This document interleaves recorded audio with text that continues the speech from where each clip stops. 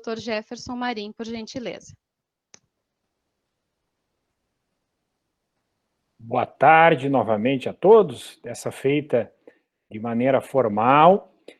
Gostaria de cumprimentar inicialmente a organização do evento, né?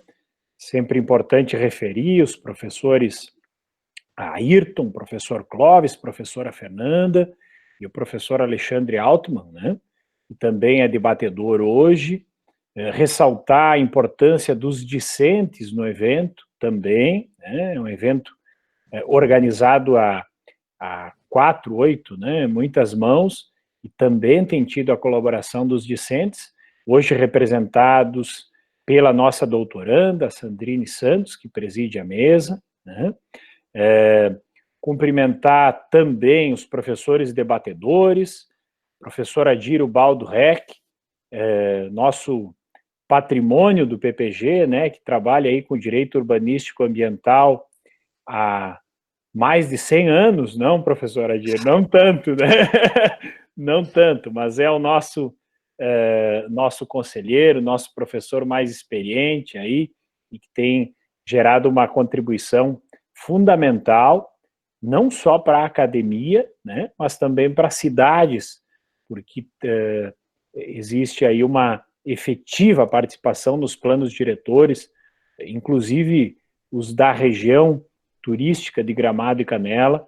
Então, muito nos orgulha aí ter a contribuição do professor Adir no nosso PPG. O professor Alexandre Altman, né, que também figura como debatedor hoje, que recentemente defendeu a sua tese de doutorado na Universidade de Coimbra, onde estivemos juntos lá em dezembro último, né, numa série de atividades, e o professor Alexandre gentilmente me apresentou os tesouros de Coimbra, né?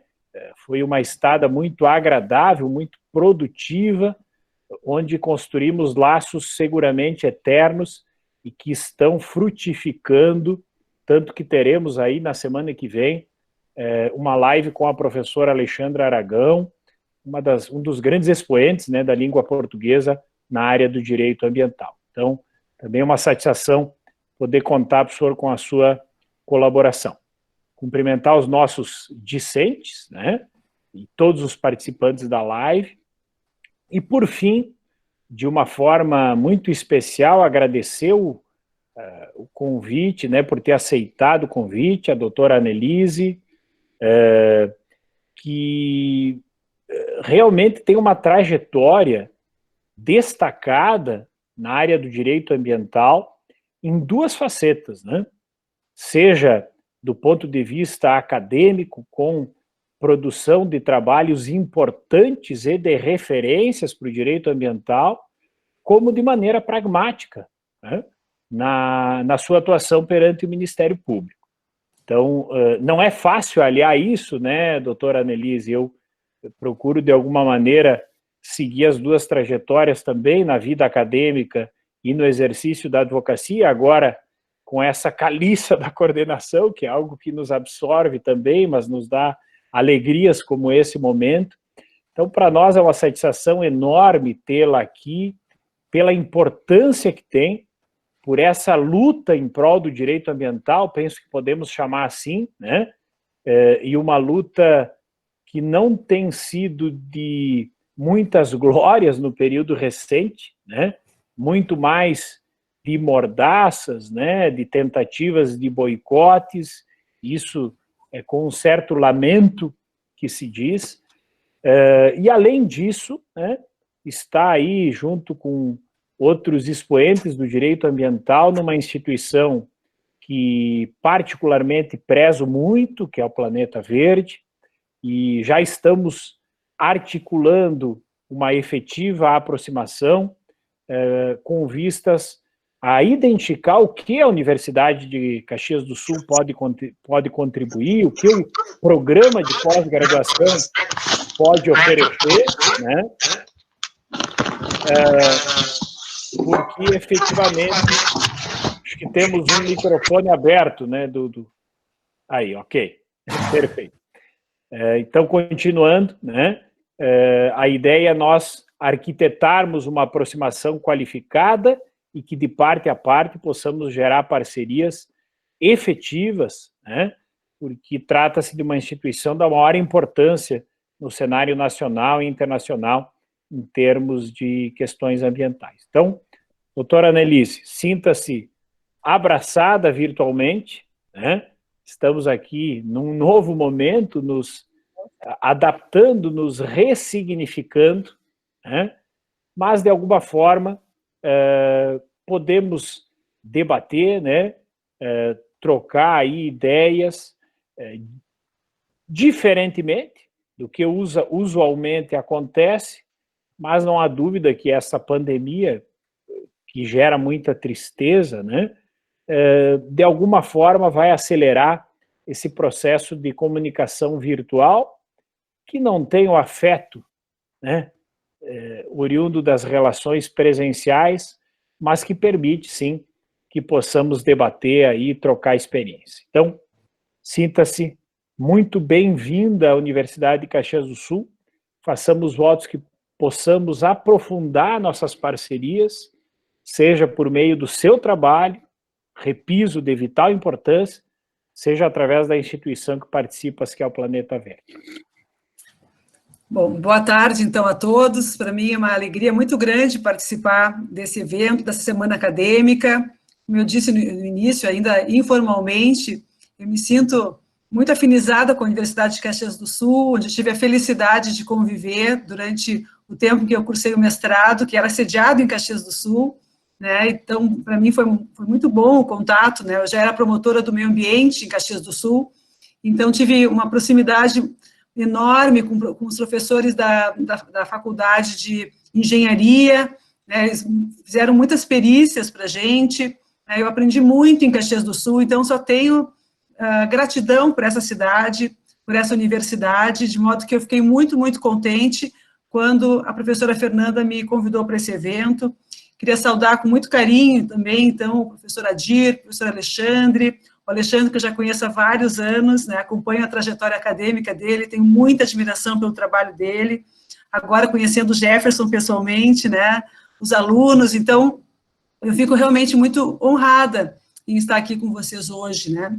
E eu trouxe para a nossa discussão da tarde de hoje, dentro desse grande guarda-chuva que é a governança ambiental, na verdade, duas perspectivas para o nosso debate de hoje, né? Uma discussão inicial relacionada ao ordenamento do território, né? Então, quando a gente pensa assim, como é que o Estado deve, dentro do seu dever de proteção do meio ambiente, o dever de assegurar os serviços ecossistêmicos, né, que é um trabalho que o Alexandre domina tão bem, como é que o Estado, então, dentro dessa tarefa de governança dos bens comuns, como é que ele vai assegurar a compatibilização desses bens comuns com o regime de apropriação privada? Me parece que essa é uma dificuldade que é uma dificuldade operacional, não só jurídica, porque muitas vezes nós temos o intuito de proteger determinadas paisagens, por exemplo, né?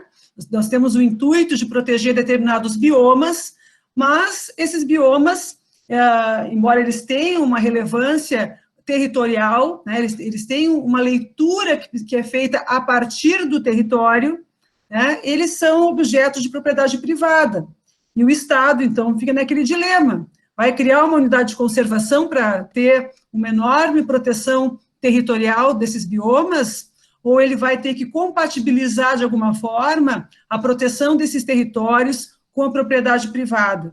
E dentro dessa segunda opção, como é que ele vai fazer essa governança desses bens comuns? E quando a gente fala em bem comum aqui, nós estamos nos referindo expressamente aos atributos ambientais, ecossistêmicos, paisagísticos, que se sobrepõem a essas materialidades, né? Então, o território, né, ele pode ser percebido como uma materialidade, mas, ao mesmo tempo, que tem um sentido imaterial, tem um sentido simbólico, né? Ele também é fonte de pertencimento para as coletividades, ele é uma fonte de identificação das coletividades, é uma fonte de prestação de serviços ecossistêmicos, ele é estratégico para que a gente possa hoje ter medidas de adaptação climática, ou seja, nós não vamos ter adaptação climática pensando na propriedade privada individual, né? E observem que quando a Constituição Federal, ela protege, então, o meio ambiente, né, como um bem de uso comum do povo, é uma universalidade jurídica, é um bem indivisível, né? Nós temos, então, no âmbito jurídico, né, todo um arsenal para proteger essa espacialidade que é o território, né? E para falar um pouquinho também das cidades, né, que eu sei que é um tema de apreço do professor Adir, nós temos na Constituição Federal determinados conceitos que são bem difíceis de serem operacionalizados, como o difícil de função social da cidade. O que é isso? Seria o somatório das várias propriedades individuais. Se cada propriedade cumprir a sua função social individualmente, isso vai gerar a função social da cidade, ou nós precisamos de alguma coisa mais ampla, alguma coisa que seja percebida a partir da perspectiva dos ecossistemas, né? O ambiente como ecossistema, o planeta como ecossistema, a cidade como ecossistema, ou seja, os vários componentes bióticos e abióticos em constante interação. Então, no território, nós temos uma série de componentes físicos e também culturais em permanente interação, e também componentes políticos, né? Ou seja, a forma como as pessoas se apropriam, as opções políticas que são feitas em relação à tolerabilidade dos impactos, né? Então, todos esses conflitos acabam se produzindo, se projetando sobre o território. E o desafio, então, é justamente a gente pensar assim, como é que nós vamos gerir esse território?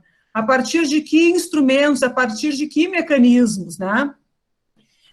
E, na verdade, é um desafio que, me parece, não encontrou ainda uma solução jurídica satisfatória, porque ele se relaciona, né, a solução passaria por um enfrentamento de falhas do mercado, né, porque nós temos o meio ambiente aqui considerado como um bem de uso comum do povo, né, e como bem comum, ele é suscetível à apropriação e à utilização por diversos usuários desse bem comum, né, e, consequentemente, a falta de qualidade do bem comum também repercute sobre a qualidade de vida e o bem-estar de todos os usuários, não só aqueles que causaram a degradação e se apropriaram individualmente da qualidade ambiental, mas de todos os usuários, inclusive das gerações futuras.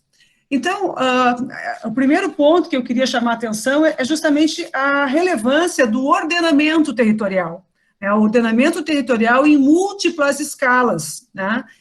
E a relevância que seria, né, se nós tivéssemos, né, planos de ordenamento territorial que pudessem ser produzidos tanto na escala nacional, como regional, local, né, dos municípios, e quem sabe até escalas intermediárias, né, que são as escalas de bairro, como se tem, por exemplo, em Portugal, que tem o plano de pormenor, na Espanha, que tem os planos parciais para novas urbanizações, ou tem os planos de reforma interior para projetos de transformação urbana, né? Então, um primeiro aspecto que eu queria chamar a atenção é aqui o significado, a importância do planejamento, do uso e da ocupação do solo, né? Nos seus vários níveis, tanto o território, né, no sentido amplo, no sentido, por exemplo, da proteção de biomas, né? E aqui um drama que a gente vive hoje é justamente como assegurar a proteção do bioma pampa, né? Então, quando se fala assim, proteção de biomas, a proteção da Mata Atlântica, que hoje a gente tem, inclusive, uma notícia de que a Presidência da República ingressou com uma ação judicial, que eu não tive tempo de ler, porque recebi a inicial há menos de uma hora atrás, para discutir a aplicação da Lei da Mata Atlântica diante do Código Florestal, né? Então, uma ação para obter uma interpretação do Supremo Tribunal Federal a respeito da incidência do Código Florestal em biomas de Mata Atlântica. No caso do bioma Pampa, a gente tem testemunhado, enfim, o avanço progressivo do soja nas propriedades rurais, né, o que, de certa forma, é uma atividade ilícita, né, só que é uma atividade que, progressivamente, ela está transformando a paisagem do bioma Pampa, ela está destruindo os serviços ecossistêmicos, né, lembrando Alexandre, né, mas, enfim, a biodiversidade do bioma Pampa é riquíssima. Existem muitos estudos da Universidade Federal do Rio Grande do Sul, capitaneados pelo professor Valério Pata Pilar, e pelo professor Nabinger e outros professores da URGS, onde eles identificam, assim, a riqueza, a biodiversidade do bioma Pampa. Ou seja, no que se refere aos aspectos da biologia, é fantástico. Do ponto de vista da paisagem, a Constituição do Estado do Rio Grande do Sul reconhece o valor do bioma Pampa, inclusive associado à identidade cultural do gaúcho. Só que, no momento de operacionalizar a proteção jurídica sobre o bioma Pampa, a gente acaba não tendo ferramentas vinculantes, nem no âmbito dos incentivos à utilização da atividade da propriedade privada, e tampouco no que se refere a instrumentos de comando e controle. Porque nós poderíamos pensar assim, bom, se tivéssemos incentivos para aquele proprietário rural que, ao invés de optar pela conversão do campo nativo em lavoura de soja, né, se ele tivesse um incentivo, por exemplo, para criar gado, e existem projetos nessa perspectiva, como é o caso do projeto da Aliança de los Pastizales, né, quem sabe isso poderia ser um estímulo econômico para o proprietário deixar de converter o solo em lavoura de soja e optar pela manutenção da atividade pastoril, né? Ou seja, isso seria uma possibilidade. Mas hoje, no estado do Rio Grande do Sul, nós não temos nem uma coisa nem a outra, né? Porque nós temos cada propriedade sendo gerida individualmente, né? E progressivamente, dentro da legislação, as propriedades vão sendo convertidas, porque, do ponto de vista econômico, hoje, não há dúvidas de que a atividade do plantio do soja é uma atividade economicamente mais vantajosa do que o pastoreio, né, do que a criação do gado. Então, onde que eu quero chegar com essa colocação introdutória, né? Que quando a gente vai pensar na governança dos bens comuns, ou pelo menos dos atributos desses bens comuns que nós entendemos relevantes, como é o caso da paisagem, a paisagem cultural, por exemplo, né? Nós nos deparamos com limites muito severos no direito brasileiro, né? Porque acaba o Estado ficando numa encruzilhada. Se ele quiser ter um projeto mais arrojado, uma proteção mais ambiciosa dos atributos ambientais daquele território, ele vai ter que instituir uma unidade de conservação, ele vai ter que optar pela criação de uma APA, no mínimo, que é a mais branda que existe, né? Ou, quem sabe, uma unidade de conservação de um uso de proteção integral, né? Então, isso tudo num contexto em que nós temos uma carência de recursos públicos, né? Ou seja, hoje, claramente, nenhum dos entes federativos tem se manifestado disposto de instituir unidades de conservação. Pelo contrário, a gente tem visto um movimento de desconstrução de unidades de conservação. Ou seja, as unidades de conservação estão legadas ao abandono, né? Então, algumas foram invadidas, né, e acabam, então, as leis sendo produzidas para desafetar partes das unidades de conservação, ou então, em virtude de projetos de desenvolvimento, né, também leis no sentido de reduzir a extensão de unidades de conservação, e aqui eu chamo a atenção para um risco que hoje afeta o Parque Estadual do Turvo, né, com o objetivo de implantar a hidrelétrica de Panambi, no Rio Uruguai, tramita um projeto de lei no sentido de reduzir o Parque Estadual do Turvo, de tal forma a compatibilizar o projeto da hidrelétrica com o parque, porque nós havíamos ingressado com uma ação civil pública, o Ministério Público Estadual e o Federal, para suspender esse licenciamento, porque a cota de inundação do projeto implicava em inundar 60 hectares do Parque Estadual do Turvo. Então, agora, qual é a solução política, né? Fazer uma lei, reduz o Parque Estadual do Turvo, mantém o projeto da hidrelétrica. Então, eu penso, assim, muito importante para esse nosso início de reflexão, né? A gente justamente pensar, assim, nos elementos de ordenamento territorial que nós temos hoje, né? Que acabam colocando a sociedade numa verdadeira encruzilhada, né? Numa verdadeira encruzilhada. Porque ela é importante que se pense nos instrumentos de ordenamento territorial de uma maneira conjugada com instrumentos de comando e controle, mas também com os instrumentos de incentivo econômico que vão permitir aos proprietários algumas saídas, né? Algumas saídas que possam assegurar alguns incentivos no sentido da conservação dos seus imóveis. Eu penso que isso é um aspecto absolutamente decisivo, né?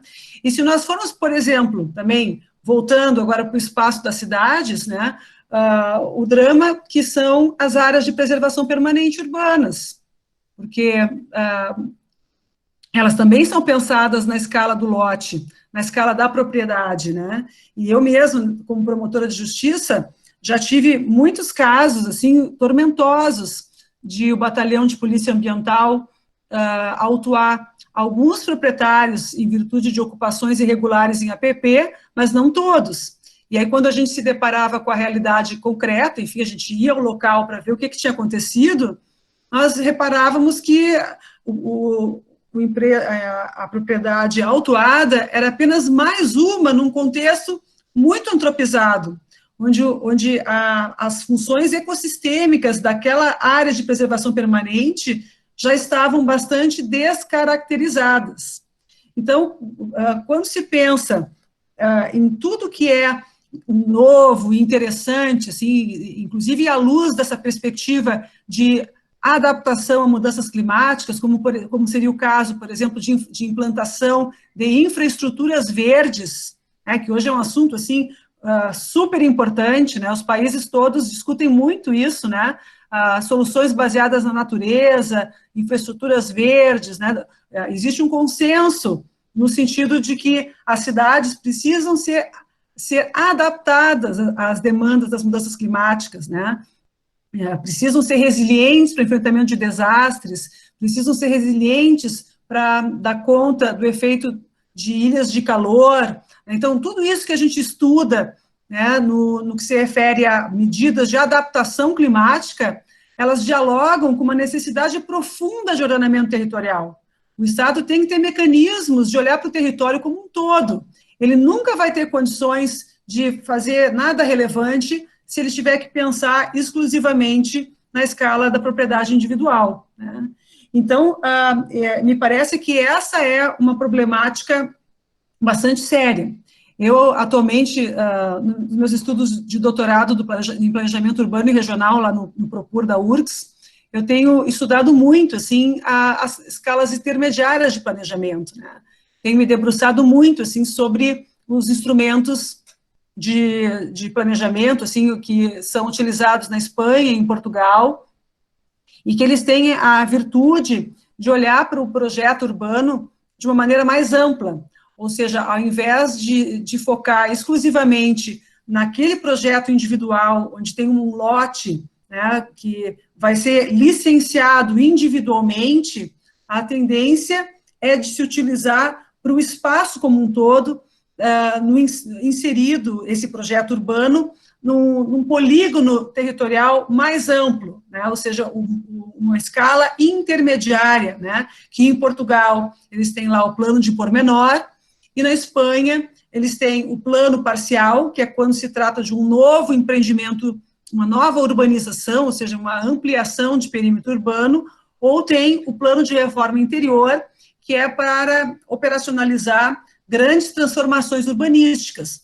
Então, por exemplo, se forem fazer uma revitalização urbana numa área portuária, numa área degradada, né, em geral fazem um plano de reforma interior, só que não se limita esse projeto a olhar a escala individual do projeto, do lote urbano, né, ou seja, todos aqueles vários proprietários inseridos naquele polígono, eles são incentivados, porque eles têm interesse no projeto urbano, né, seja no novo projeto, seja na reforma daquele território, eles são incentivados a pensar em conjunto, né, tanto no que se refere à equidistribuição de aproveitamentos urbanísticos, mas, e aí é o que nos importa, né, como que vão ser distribuídas as infraestruturas urbanas dentro dessas perspectivas de ajuste, né, com os objetivos mais amplos de sustentabilidade ambiental.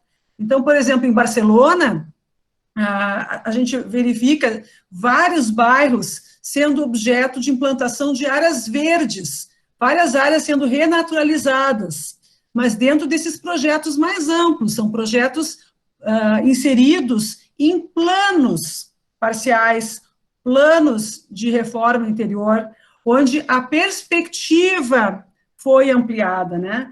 Então, eu vejo isso como algo decisivo e muito importante, se a gente, são reformas legislativas, mas no caso desses planos parciais, o próprio município, me parece, teria competência legislativa no âmbito do seu plano diretor, enfim, da sua competência para legislar sobre uso e ocupação do solo, porque se trata de um interesse local, né, de contemplar outros instrumentos de planejamento de escala intermediária, onde eles possam pensar o território de uma forma mais integrada.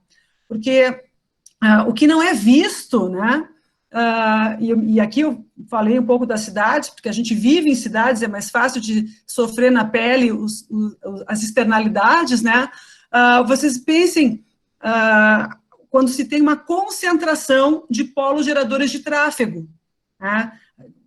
Agora Porto Alegre está em pandemia, a gente consegue andar em qualquer lugar, né? Mas fora da pandemia, tem uma região aqui, que é uma região que coincidentemente a gente tem vários inquéritos, que é a região do entorno do shopping de Iguatemi, de Porto Alegre, né?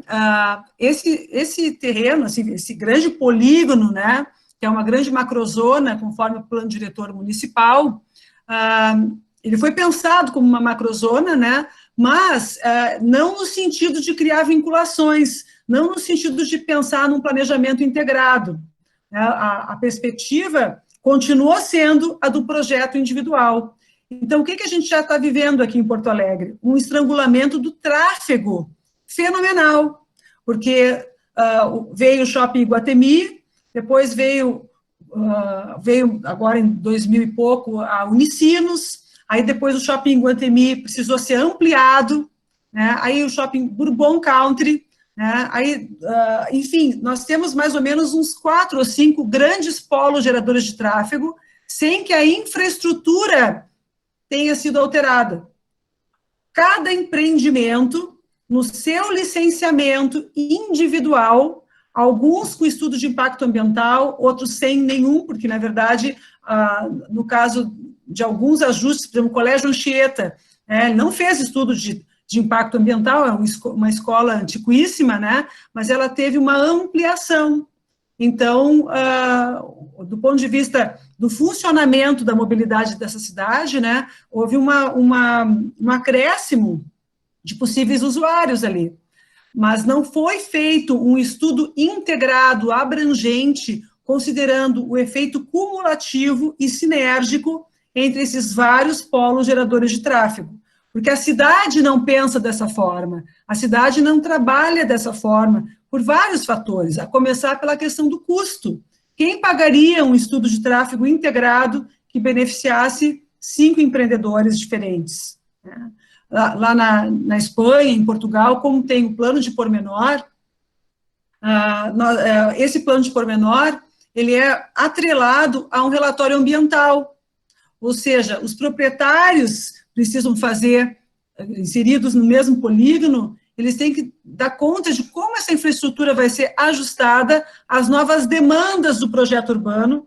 É preciso se fazer um relatório ambiental e é preciso se fazer um estudo econômico, financeiro, inclusive para ser estabelecido como essas despesas vão ser custeadas, como vai se dar a relação público-privada, porque algumas infraestruturas são de interesse geral, mas outras infraestruturas são de interesse mais propício assim, ao empreendedor, né? Mas vão ser impactadas, vai haver uma sobrecarga, a capacidade de carga do território vai ser onerada pela implantação dos novos projetos urbanos, né?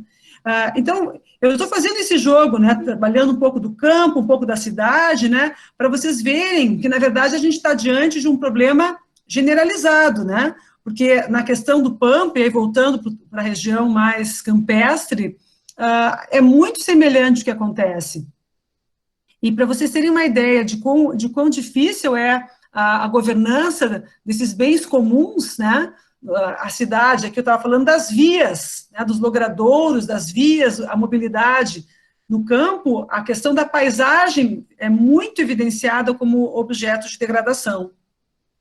Na verdade, falta muito esses instrumentos mais amplos que possam dialogar e orientar o planejamento do território, né, e que possam, lá adiante, orientar o licenciamento dos empreendimentos propriamente ditos.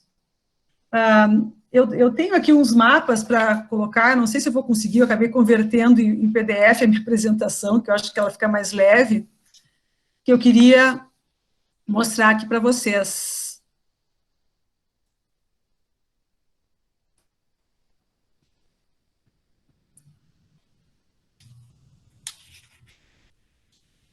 Não sei se já estão vendo?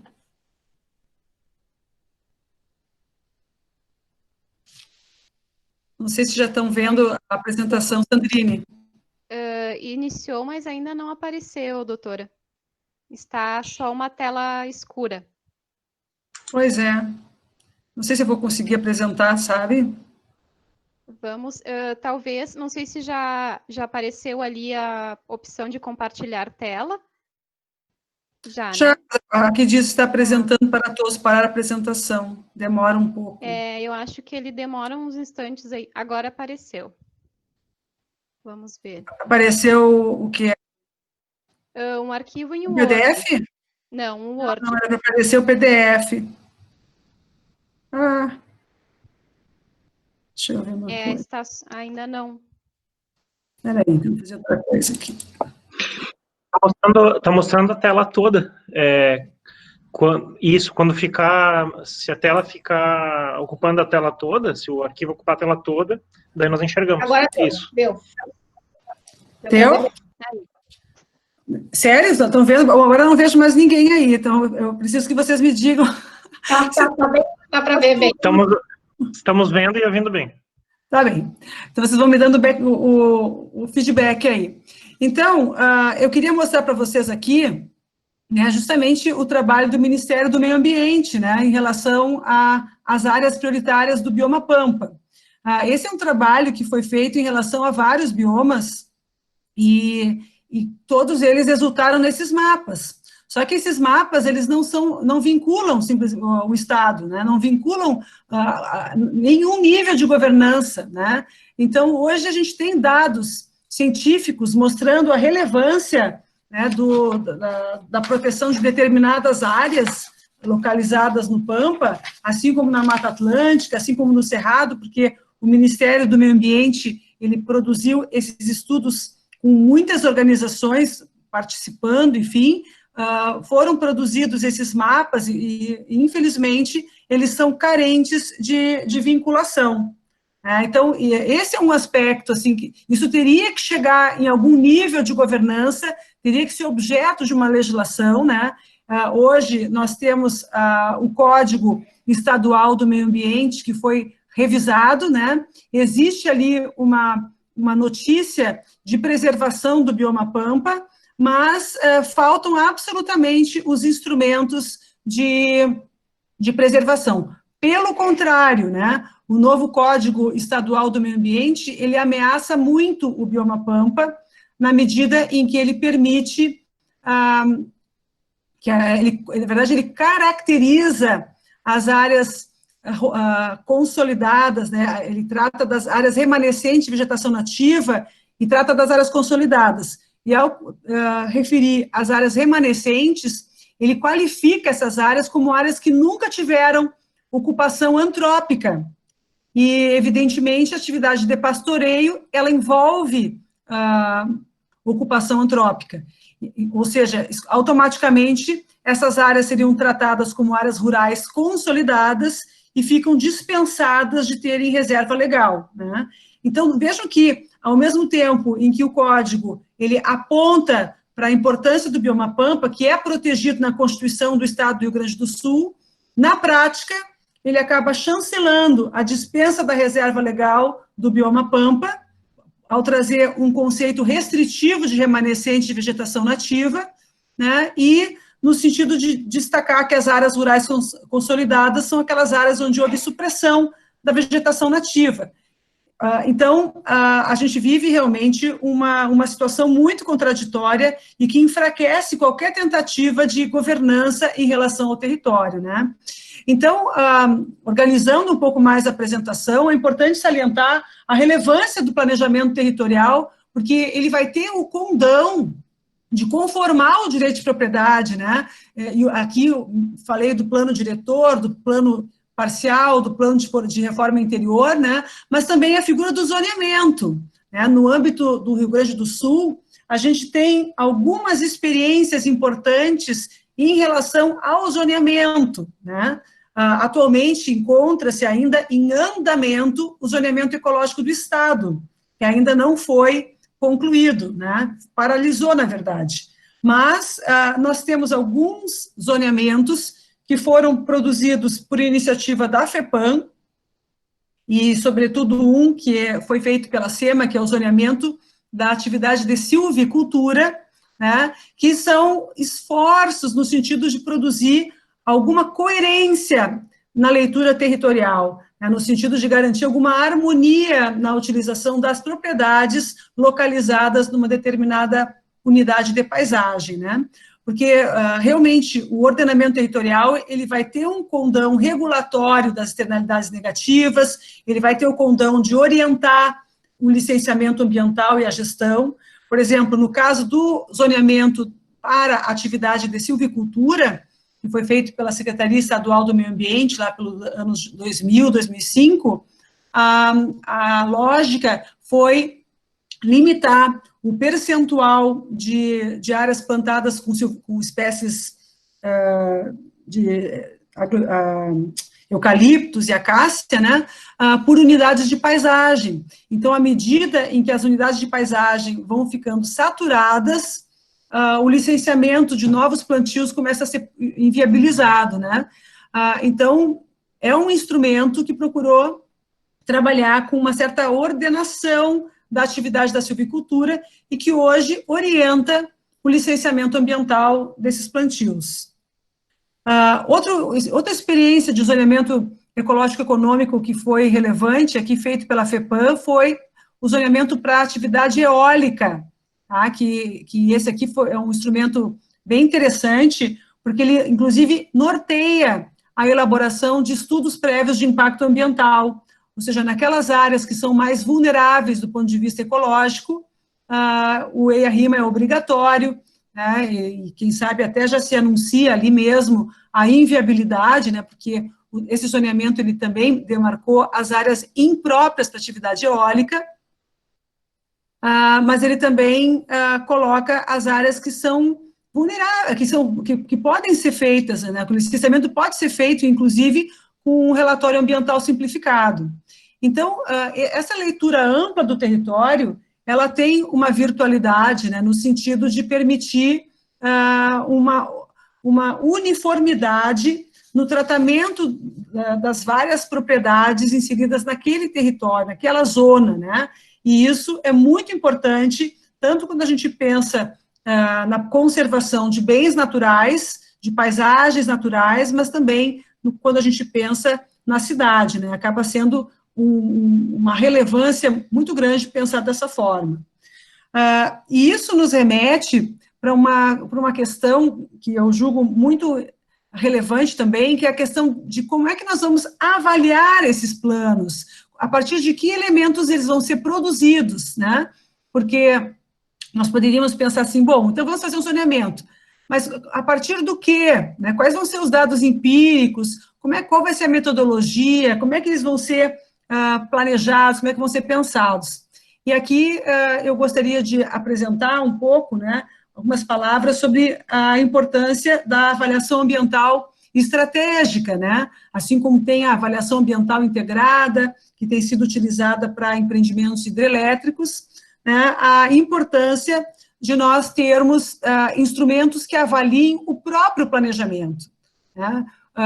Isso é um aspecto também que precisa ser objeto da nossa reflexão quando nós nos dispomos a falar sobre governança, né, porque a governança, ela depende de evidências empíricas, depende de estudos que possam conferir uma racionalidade para a tomada de decisões. E esses instrumentos, então, que eu apresento, né, sobretudo a avaliação estratégica, que é prevista na Europa desde 2001, existe uma diretiva específica sobre isso, que impõe a avaliação ambiental estratégica de planos e programas. Então, o próprio plano diretor municipal é objeto de uma avaliação ambiental estratégica, né, onde as vulnerabilidades ambientais vão ser, desde logo, identificadas, e isso tudo vai induzir o desenvolvimento urbano de uma maneira muito mais racional e fundamentada, né? Então, vocês imaginam que, quando o sistema jurídico dispõe de instrumentos procedimentais que permitam a tomada de decisão futura, né, isso dá muito mais solidez para aquela tomada de decisão, para aquela ponderação entre custos e benefícios, entre interesses, né? Por exemplo, no caso da avaliação estratégica, de planos, né, de planos diretores, de planos de ocupação do território, né, isso vai dar uma racionalidade para o licenciamento de projetos infinitamente mais sólida, porque a gente vai ter, vamos pensar de novo na cidade, uma avaliação ambiental estratégica do plano diretor, aí depois é feito o plano de reforma interior, ou um plano de pormenor, para usar aqui o instrumento português, que vai reunir uma série de propriedades privadas e vai ser, então, estudado, mas já existe uma avaliação ambiental estratégica que deu sustentação para aquele plano diretor, ao qual o plano de pormenor é vinculado e submetido, né? E se ele estiver localizado numa área da rede Natura 2000, ele também tem que se submeter a uma avaliação ambiental estratégica. Então, vejam que são escalas de planejamento que vão encontrar uma correspondência na avaliação ambiental, que vai permitir, desde logo, uma avaliação mais ampla, sistemática, né, e que vai identificar os impactos possíveis sinérgicos, cumulativos, né, vai poder induzir a tomada de decisões políticas de uma maneira muito mais coerente, tá? Aqui eu coloquei nesse slide uma comparação entre a avaliação estratégica, que é prevista, então, na Comunidade Europeia, e a avaliação ambiental integrada, que é adotada para empreendimentos hidrelétricos e que tem algumas experiências, por exemplo, o próprio Rio Uruguai já foi objeto de uma avaliação ambiental integrada, né, com o objetivo de induzir, de nortear decisões locacionais das hidrelétricas, né? Onde acabam, então, verificando as potencialidades e as vulnerabilidades, questões relacionadas à necessidade de remoção de pessoas, né, de centros urbanos, né? Então, são instrumentos que ainda não encontram previsão legal em âmbito federal, né? Nós ainda não temos, e mesmo alguns estados recém engatinham na experiência da avaliação ambiental estratégica. Por exemplo, a Bahia teve a oportunidade de conduzir uma avaliação ambiental estratégica para atividade portuária e também para atividade de para a implantação de minerodutos no estado, né? Então, mas ainda assim são experiências muito recentes e muito incipientes, para que se possa ter, assim, uma clareza sobre o funcionamento desses instrumentos para subsidiar a tomada de decisões. Mas mesmo ainda não se tendo tantos elementos sólidos, né, é claro que tomar uma decisão a partir de um diagnóstico muito amplo do território, onde as vulnerabilidades estão bem mapeadas, é infinitamente melhor do que decidir na base do improviso e as escuras, como é a prática brasileira, né? E também chamar atenção para a Lei Gaúcha de Mudanças Climáticas, né, que hoje refere expressamente ao instrumento da avaliação ambiental estratégica, muito embora ainda não haja notícia de nenhuma iniciativa mais robusta nesse sentido, né? O Estado do Rio Grande do Sul, nessa gestão, começou a pensar em fazer isso, enfim, mas com um contexto muito limitado, que é o contexto do planejamento dos polos carboquímicos, né, que já estão em estado bem avançado, porque já existe uma lei estadual criando 2 polos carboquímicos, um na região de Caçapava do Sul e outro na região de Porto Alegre, né, para esse de Porto Alegre para abrigar a mina Guaíba, e agora, como existe um licenciamento em trâmite, né, uma ação civil pública, então se está discutindo a possibilidade de se fazer uma avaliação ambiental estratégica para os polos carboquímicos. Mas existem muitos impasses, né, que podem até tornar isso inviável, porque se a gente vai pensar assim no paralelo europeu, a avaliação ambiental estratégica, às vezes, induz até mesmo a suspensão de alguns licenciamentos daquele polígono, porque muitas vezes os objetivos estratégicos podem ser colidentes com os projetos que venham a ser implantados, né? Então, existem muitas decisões na base de se fazer uma avaliação com essa envergadura e que implicam uma profunda vontade política de ter essas decisões como modelos, né, de orientação decisória, né? Agora, por outro lado, são instrumentos que encontram um grande prestígio no âmbito da jurisprudência dos países. Na Espanha, por exemplo, onde é obrigatória a avaliação ambiental estratégica em virtude da diretiva, os planos de ordenamento municipal que não são instruídos com avaliação ambiental estratégica são contestados judicialmente, são anulados, porque se entende que a avaliação ambiental estratégica ela é um requisito de legitimidade, de validade do próprio plano, né? Então, são muitos aspectos, assim, que mostram a relevância da tomada de decisão, do processo para a tomada de decisão. Bem, aqui no Rio Grande do Sul, então, nós temos algumas experiências em avaliação integrada, né, que foram protagonizadas pela FEPAM. É interessante chamar a atenção aqui que foi a própria FEPAM que teve o intuito, a iniciativa de fazer essas avaliações, e sempre no setor elétrico, né, porque realmente, né, os impactos sinérgicos e cumulativos de vários PCHs, ou hidrelétricas mesmos, tendem a ter um efeito devastador na biodiversidade, né. Se nós formos, por exemplo, pensar nos peixes migradores, que dependem de rios livres de barramentos para sua reprodução, a implantação dessas pequenas, mesmo que sejam as pequenas centrais hidrelétricas, sem um planejamento prévio, acaba tendo, então, um efeito muito prejudicial.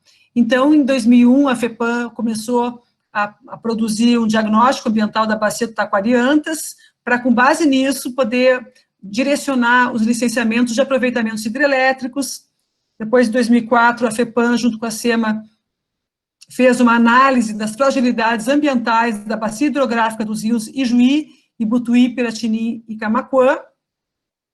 Depois, da bacia hidrográfica dos rios Apauê e Inhandava, e a avaliação da viabilidade do licenciamento também dessa mesma bacia, né? Então, esse é um trabalho disponível na FEPAM e que é utilizado para orientar os licenciamentos.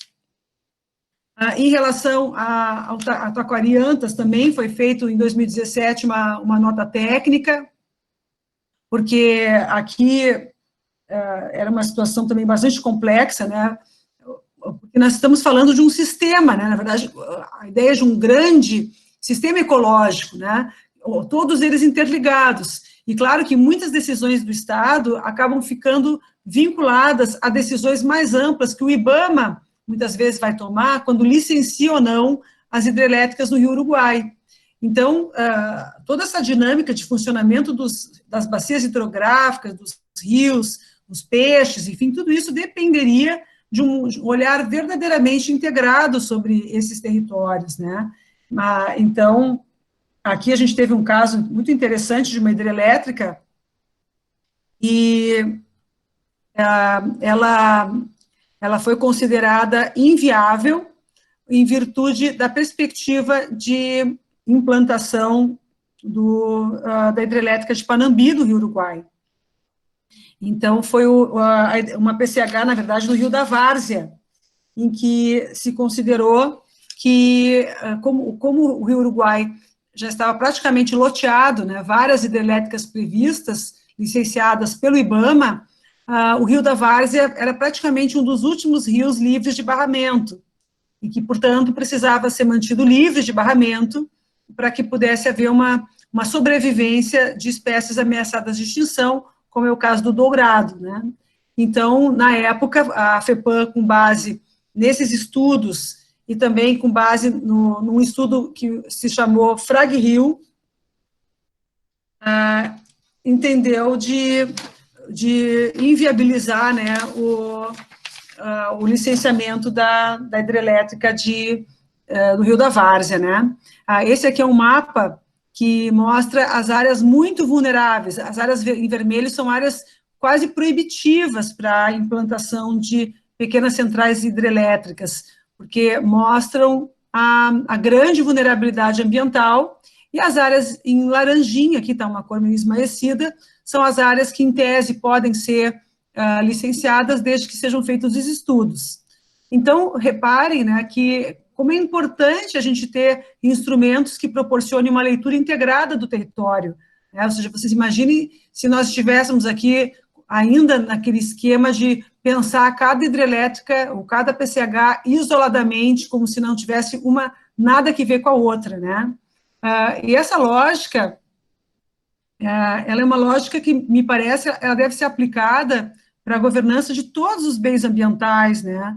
Mesmo no ambiente urbano, né? Se a gente for pensar assim em metas mais arrojadas, como eu disse no início da apresentação, né, de garantir mais resiliência, a implantação de infraestruturas verdes, mas como é que a gente vai fazer isso se a gente não tiver um olhar mais denso, assim, mais amplo sobre todo o território, para entender como se dá a conectividade entre as áreas verdes que são privadas, que são públicas, né, que são formadas muitas vezes até por medidas de arquitetura, porque do ponto de vista das funções ecossistêmicas na cidade, né, até mesmo telhados verdes, paredes verdes são valorizadas como potencialmente relevantes para mitigação de efeitos de calor, por exemplo, né. Então, aqui é muito importante sempre se pensar assim, bom, quais vão ser os atributos ambientais que eu vou estar olhando, né? Vou estar olhando para o quê? Aqui no caso das PCHs, a biodiversidade é o grande atributo protegido, né? Pensar um território a partir da necessidade de conservação da biodiversidade, sobretudo os peixes migradores, né? Mas, em outros casos, a preservação pode ser completamente diferente, pode ser uma preservação de uma paisagem cultural, né? Por exemplo, na região da Toscana, a legislação, ela assegura a proteção das paisagens típicas da Toscana. Então aquelas paisagens culturais que estão ali, que são identificadas com todo um estilo de vida, com todo um estilo de produção, inclusive, né, elas são protegidas pela legislação, ou seja, a paisagem, ela goza de um estatuto jurídico de proteção que acaba incidindo sobre as propriedades privadas e isso faz com que os proprietários tenham que se conformar, ou seja, a propriedade privada é conformada por esses limites, né, que acabam, então, impondo determinados usos, determinadas restrições, porque existe um alvo de proteção, no caso da Toscana, que é a paisagem cultural, que acaba justificando a incidência de limites de fruição. Então, determinados usos econômicos não vão ser viabilizados, determinados tipos de construção também não, né, porque vocês imaginam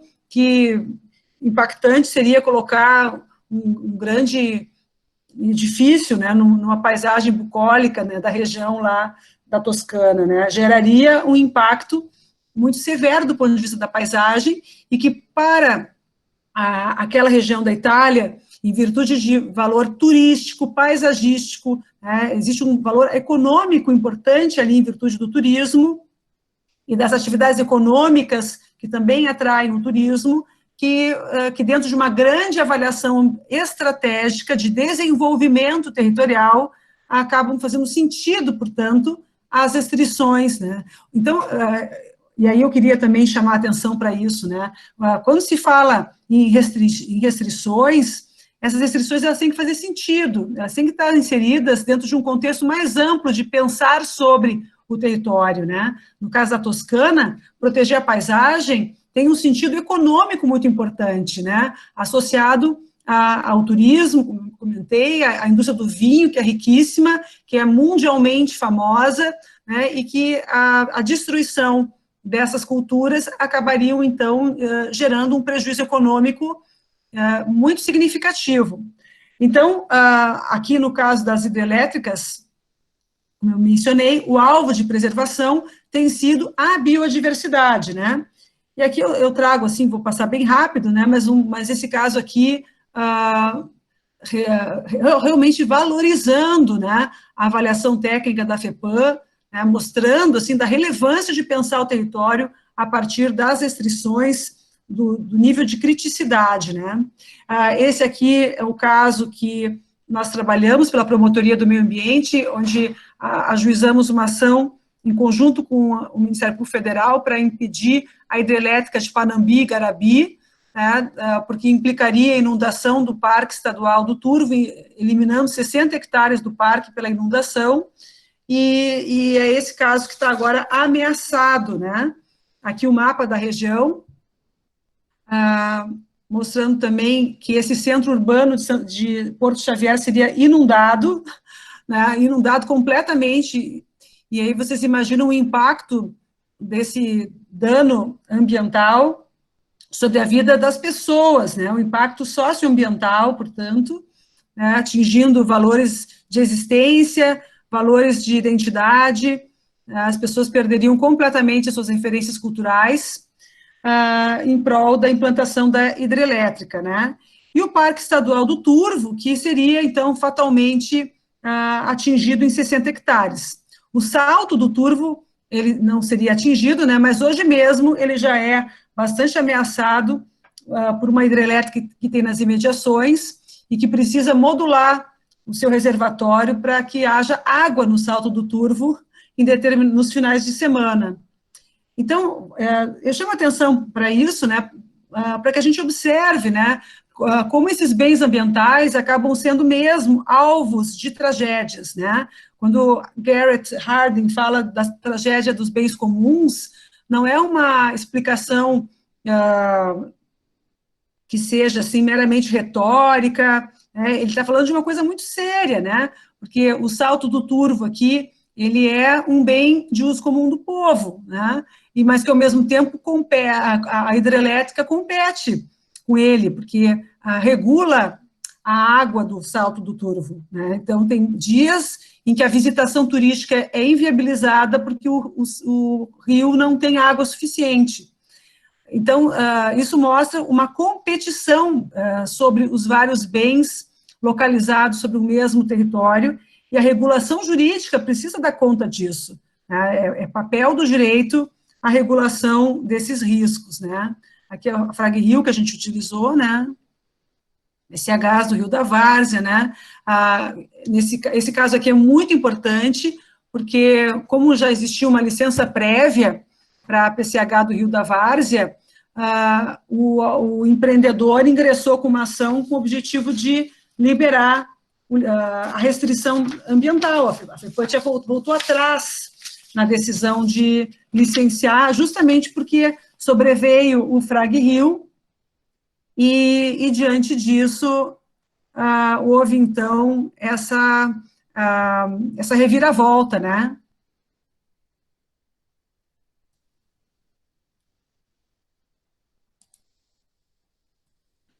Estão me enxergando de novo? É esquisito a tela, pessoal. Fernanda, que bom te ver, Fernanda. Então, pessoal, assim, por esses casos um tanto trágicos que eu mostrei para vocês, outros não tão trágicos, né? Gostaria que a gente pudesse debatê-los agora na sequência.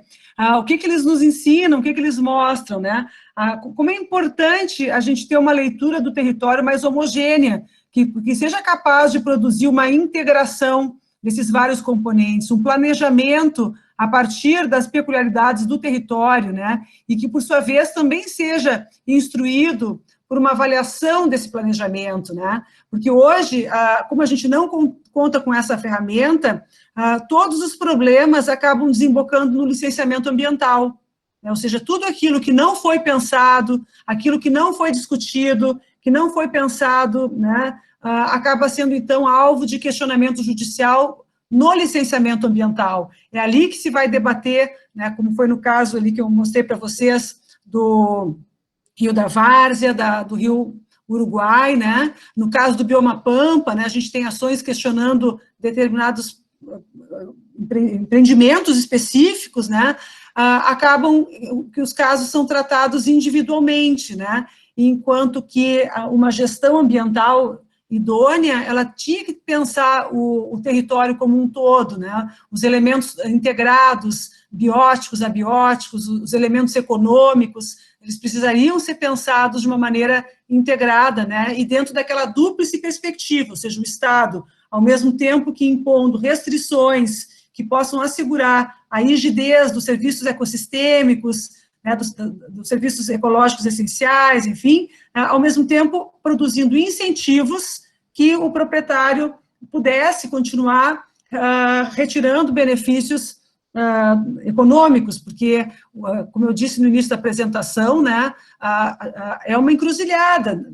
Não dá para a gente pensar que o Estado vai conseguir fazer governança ambiental criando só unidade de conservação, né? Ele não tem dinheiro para isso, não vai fiscalizar, né? As áreas são progressivamente invadidas. Eu amaria que pudesse, eu acho o máximo unidade de conservação, mas pela experiência que a gente tem, se tem visto uma retração muito grande no papel do Estado nesse intuito de criar unidade de conservação. Elas estão realmente deixadas à própria sorte, criando-se fatos consumados que depois possam legitimar uma legislação que reduza o perímetro daquela unidade de conservação, que é o que a gente vê também todos os dias, né?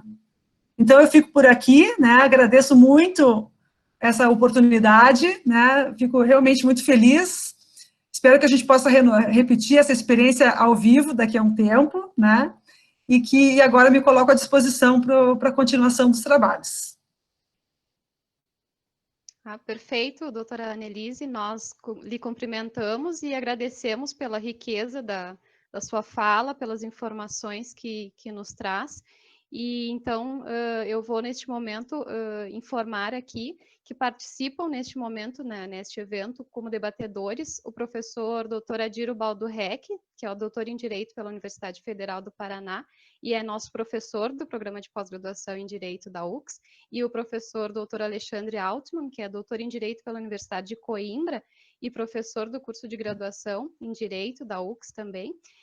Então, neste momento, eu passo a palavra a eles para que nós iniciemos esses debates. Começamos, então, pelo professor Adir, por gentileza. Cumprimentos. A Annelise, é um prazer em revê-la. A Annelise é uma promotora diferenciada, né?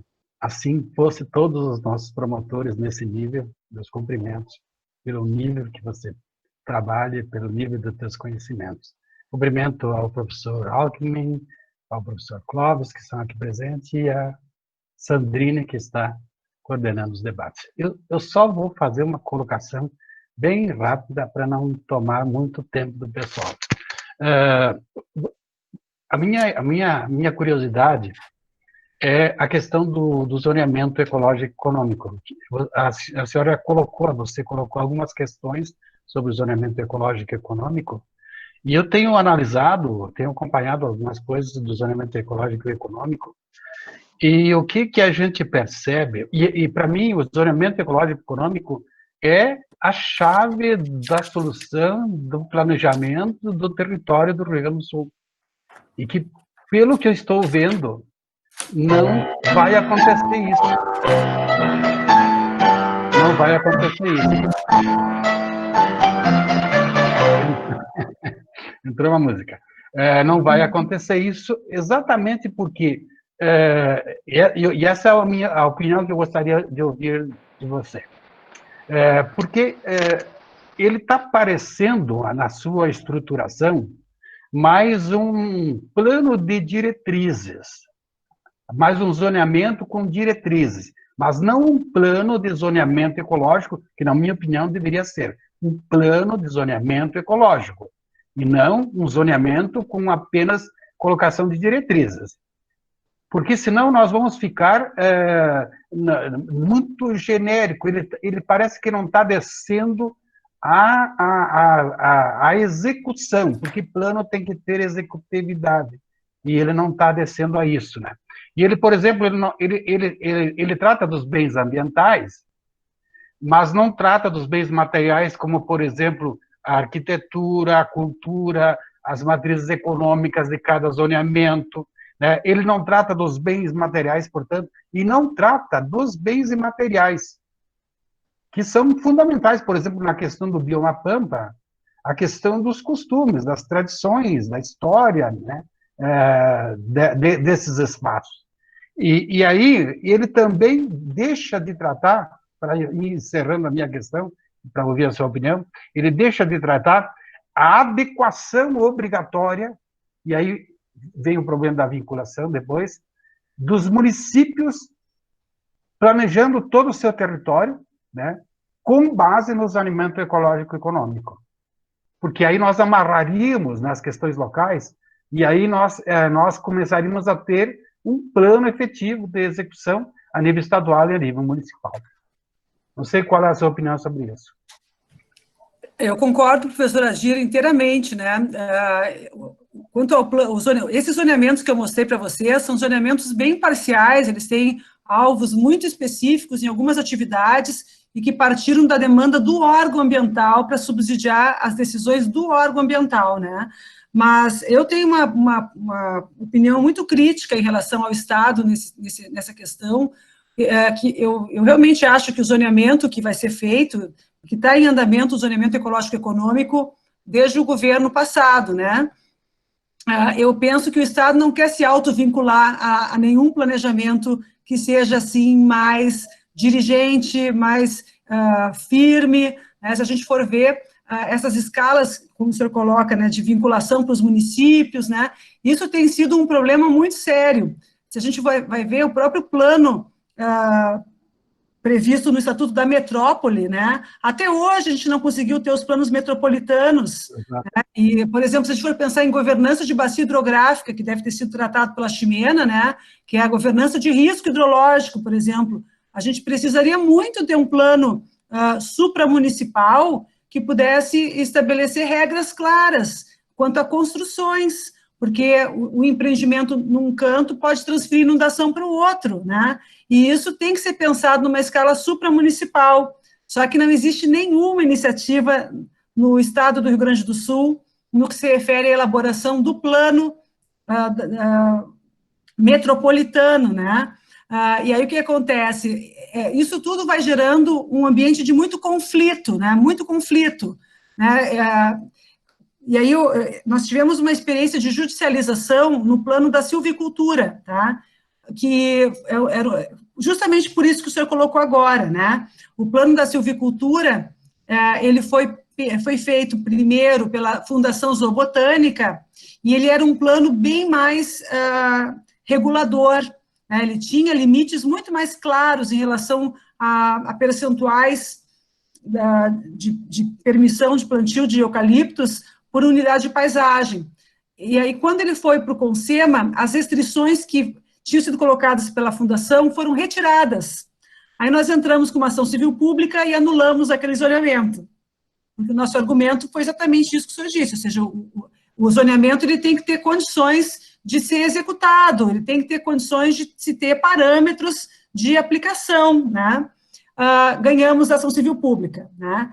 Então, na verdade, me parece que o Estado, né, ele visualiza esses instrumentos, na melhor das hipóteses, como diretrizes, realmente, sabe? Eu tenho estudado muito isso no meu doutorado, né, e vejo que existe um movimento de trabalhar os planos de uma maneira cada vez mais flexível, cada vez mais indutiva do desenvolvimento econômico. Então, as restrições, elas são deixadas com muita leveza, né, e muitas vezes as questões um pouco mais agudas são objeto de acordos, né. É muito comum, por exemplo, até no ambiente na Espanha, onde desde os anos 90 os planos têm sido mais flexíveis, o plano é mais amplo, é um plano mais indutivo do desenvolvimento, e no momento de operacionalizar um projeto, se faz um contrato, se faz um convênio urbanístico, que é um contrato, né? Então, me parece que aqui no Rio Grande do Sul, o nosso zoneamento ecológico econômico, ou ele não vai sair, o que seria, na minha visão, uma situação de improbidade administrativa, porque o gasto foi fenomenal, ou seja, várias empresas já foram contratadas, o Estado gastou muito com esse zoneamento ecológico econômico, né? Então, eu acho que ele vai ter que sair de algum jeito, mas penso que o produto final vai ser um produto muito light, assim, muito indutivo do desenvolvimento, né? Eu já tive a oportunidade de ouvir da equipe que fazia o plano, o zoneamento no governo passado, né? Que eu perguntei isso, né? Mas vem cá, e as zonas, né? Em que nível elas vão interferir na propriedade, né? Porque é a pergunta que eu sempre faço. E aí eles disseram, não vai interferir, vai trabalhar com indução, com oportunidades, a gente quer poder induzir a atividade econômica, né? Então, eu penso que o senhor tem toda a razão de colocar essa preocupação, né? A figura do zoneamento, como tem sido utilizada aqui, ela tem sido, assim, bastante diferente, por exemplo, do que a gente vê num plano diretor, onde a possibilidade de execução do plano ela é imanente ao projeto de planejamento, né? O planejamento e a gestão têm que estar inseridos, têm que ser integrados, é um único processo, né? Me parece que não é essa a tendência que a gente vai ter no âmbito do Estado do Rio Grande do Sul. Isso aí, podemos ir em frente. Podemos seguir. Então, eu passo a palavra para o professor Alexandre Altman, para suas considerações, por favor.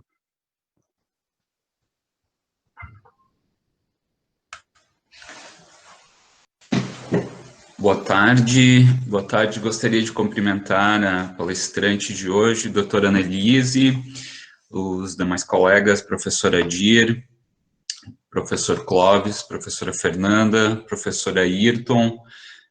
É realmente uma grande alegria e uma honra ouvir hoje a professora e a doutora Annelise a respeito desse tema que é central, é fundamental. E eu, logo no início da fala da doutora, eu me lembrei do ano de 2003, 2004, quando eu fui aluno dela, na primeira turma da pós-graduação do Planeta Verde, a parceria do Planeta Verde com a URGS e a Escola do Ministério Público, a Júris também, se eu não me engano. Então, foi um momento muito feliz, assim, e eu tive contato com esses grandes nomes do direito ambiental brasileiro, e dentre eles a professora, a doutora Annelise Steigleder, que junto com a doutora Silvia, eu me lembro, ela comentava a respeito do licenciamento ambiental, da responsabilidade civil, e me chocou uma questão que elas fizeram à época, que o Rio Grande do Sul estaria vivendo um retrocesso na legislação ambiental. E isso me chocou, porque o Rio Grande do Sul, até então, ele era protagonista nacional, né, desde os alertas lá do Luiz Henrique Hessler, nos anos 40, 1940, da publicação do padre Balduino Rambo, do seu Fitofisionomia do Rio Grande do Sul, e depois a GAPAN, né, com todas aquelas lutas e conquistas, né, dos anos 70 e 80, o Lutzenberger, né, que foi o primeiro-ministro do meio ambiente, secretário do meio ambiente, né, que antecedeu o ministério, mas todos esses avanços, o Rio Grande do Sul foi o primeiro estado a banir os lixões, né, nos anos 90, final dos anos 80, início dos anos 90, salvo engano, e nós temos um Código Florestal Estadual, então foram tantos avanços nesse período, e me parece que desde meados dos anos 2000, talvez, nós estamos perdendo esse ímpeto, né, de protagonismo na proteção ambiental. Eu gostaria muito de ouvir a doutora Annelise, como nós estamos hoje, porque eu tenho certeza, a doutora Annelise está não só na academia, mas também no Ministério Público, no Planeta Verde, e aí tem uma visão, né, muito privilegiada de todos esses acontecimentos na área ambiental, né, que chegam informações de várias partes, vários lados, e eu gostaria muito de ouvir a opinião da senhora sobre isso, doutora. Obrigada, Alexandre, obrigada pelo carinho, pelas palavras, né? Bom, eu penso que a gente está vivendo um momento muito ameaçador para o direito ambiental brasileiro, né? A gente viu na televisão, não estou inventando, né? O próprio ministro do Meio Ambiente dizendo que tinha que passar boiada, né? Hoje ainda ele, no caso, a presidência da República entrou com uma ação direta de inconstitucionalidade para ter a discussão sobre o Código Florestal, né, e a Lei da Mata Atlântica, então, com o objetivo de obter do Supremo uma interpretação da Lei da Mata Atlântica, né, eu falei para vocês, eu recebi no grupo da Abrampa a cópia da inicial, né, onde o intuito é de realmente afastar a Lei da Mata Atlântica e ter a aplicação do Código Florestal nas áreas de Mata Atlântica, no que se refere às áreas rurais consolidadas, às áreas de preservação permanente consolidadas, que é a tal escadinha, né? Então, esse movimento nacional de retrocesso é um movimento que me parece horrível, né? Nunca foi tão difícil como a gente está vivendo hoje no âmbito federal, né? E me parece que no estado do Rio Grande do Sul a situação não é lá muito distinta, né? Porque, de certa forma, né, é preciso fazer assim, uma reflexão crítica, né? Os licenciamentos ambientais, eles demoram demais, né? Isso aí é um fato assim, que a gente não pode negar, né? Se a gente tiver a experiência de um dia entrar com uma ação, de um pedido de licenciamento como empreendedor, é uma via crucis, isso é um fato, né? E isso tem um efeito devastador no ritmo dos investimentos, né? E, por outro lado, também é um efeito, assim, devastador de qualquer implantação de novas tecnologias, de medidas inovadoras, né? Hoje a gente vive uma sociedade de informação onde o ritmo dos acontecimentos é muito veloz, né? Então, assim, qual é o limite, né, entre um aparato burocrático um pouco mais ágil, né, que vá favorecer uma análise mais célere dos processos de licenciamento, com mais rapidez, enfim, e ao mesmo tempo, qual é o limite para que isso não desande para nem sei o que eu vou dizer aqui para não ser indelicada, né? Porque eu acho que a gente vive aqui uma corda bamba mesmo, sabe, Alexandre? Assim, eu acho que tinha que desburocratizar de alguma forma, tinha que incluir a digitalização, tinha que ter realmente celeridade, né? Tinha que ter mais informação para tomada de decisões, né? Mas morro de medo de que isso signifique um descuido completo em relação à forma como os licenciamentos acontecem, né? Porque a gente tem na nossa cultura, né, infelizmente, uma lógica do jeitinho da acomodação, né? Então, assim, eu tive a oportunidade, o ano passado, de fazer uma espécie de auditoria no CAR, que é o Cadastro Ambiental Rural, né? Então, eu participei de uma atividade pelo Centro de Apoio do Meio Ambiente, para a gente entender, assim, qual era o grau de idoneidade do CAR, que é um instrumento autodeclaratório. Então, o que a gente fez? A gente confrontou os dados do CAR com a realidade, porque a gente conseguiu, assim, com o apoio da Universidade Federal, que fizessem estudos a partir de imagens de satélite, né? E o percentual de mentira mesmo era muito alto, né? E também tive a oportunidade de trabalhar num outro caso, que foi do licenciamento dos reservatórios e de irrigação também. E também era um modelo autodeclaratório. A pessoa tinha que fazer o upload no site do Departamento de Recursos Hídricos do pedido de outorga do recurso hídrico para poder fazer uma irrigação. E ela tinha que declarar se ela tinha ou não área de preservação permanente. E todo mundo declarava que não tinha. Aí a própria FEPAM, fazendo autofiscalização, viu que quase todo mundo tinha, ou uma nascente, ou um banhado, né? Porque a irrigação, inclusive, e o reservatório era feito no banhado, era feito na nascente, né? Então, essa cultura, que é lamentável, né, no sentido de tentar dar um jeito, de driblar, me deixa desesperada de pensar, assim, em ferramentas como autolicenciamento, como licenciamento por adesão e compromisso, né? Então, eu me coloco, e aí falando, assim, a partir da minha instituição, contrária a esse tipo de iniciativa, né?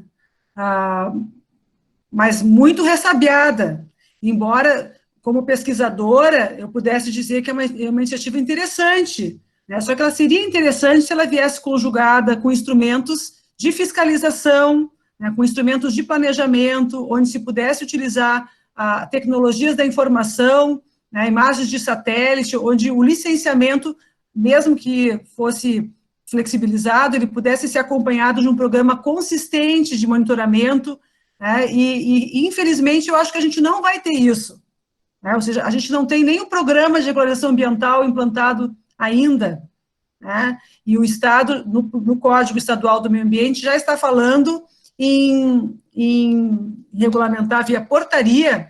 Na verdade, o Código deixou viável, né, mas agora uma portaria que esteve em consulta pública agora no início da quarentena, que permite a regularização das áreas desmatadas no bioma Mata Atlântica, né? Então, assim, só que vamos fazer uma regularização administrativa, só que não tem o programa de regularização ambiental implantado até hoje. O próprio CAR não foi ainda, o módulo de análise não está operacional. Então, me parece que a gente tem um contexto onde essas decisões vão sendo tomadas sempre na lógica da acomodação, né? Ou seja, de tentar dar um jeito, entende? Essa situação dos campos de cima da serra, né, é uma situação super preocupante, porque a portaria que vai ser aprovada, enfim, ela esteve em consulta pública, ela está para sair a qualquer momento, ela vai permitir a regularização pontual dos desmatamentos nos campos de cima da serra e no bioma Pampa, né? Só que, então vai ser uma regularização no caso a caso, só que descolado de uma visão ampla do território, porque não tem o cadastro ambiental rural ainda homologado, né? Ou seja, as propriedades não foram ainda checadas, para se saber se aquilo era verdade ou não, porque o módulo de análise ainda não está pronto, e fora do programa de regularização ambiental. Então, Eu acho que a gente está vivendo uma época pior do que lá em 2002, Alexandre. Sabe? Para quem se importa mesmo com a parte ambiental, acho que a gente vai ter um trabalho assim como nunca tivemos, né, de questionamento, né, de tentar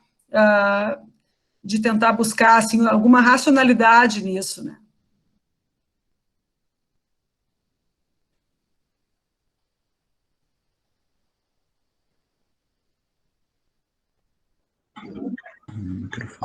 Ok, meu microfone foi... Obrigado, doutora. Era isso mesmo que eu gostaria de ouvir. Quer dizer, não era isso que eu gostaria, né, que estivesse acontecendo, mas eu queria mesmo ouvir a opinião da senhora sobre isso. E me parece que é realmente a contramão, porque lá na Europa eles estão fazendo um Green Deal, né?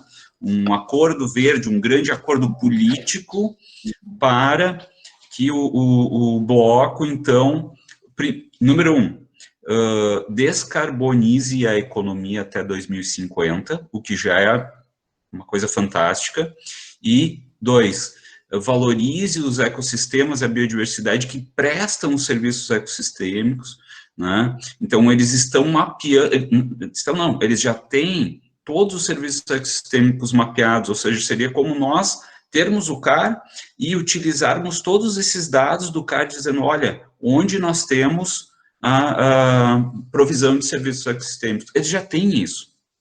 Por quê? Porque eles estão atentos a isso, e isso é muito importante para a economia. Me parece que aqui no Brasil nós estamos matando a galinha dos ovos de ouro, né? Ou seja, estamos virando as costas para algo que é extremamente importante para a economia, não só para a economia, obviamente, mas em nome do desenvolvimento econômico. Então, há um contrassenso na própria questão econômica. A senhora colocou muito bem o Harding, né, tragédia dos comuns, mas agora, talvez nós tenhamos que discutir a tragédia dos serviços ecossistêmicos, né? Existe um artigo muito interessante do WHO, de 2008, que fala sobre isso, 2010, e é justamente através desses incentivos que acabam comprometendo a base da nossa economia. Os incentivos do Estado, né, para a degradação ambiental. Então, é muito preocupante, doutora. Eu compartilho da angústia da senhora a respeito desse tema. Muito obrigado. Sandrine. Perfeito, obrigada então aos professores debatedores pelas contribuições.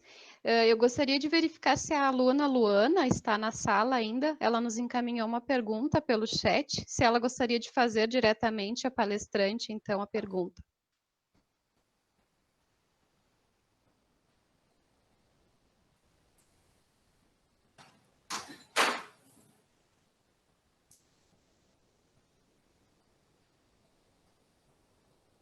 Luana, tu nos ouve? Luana Scalope?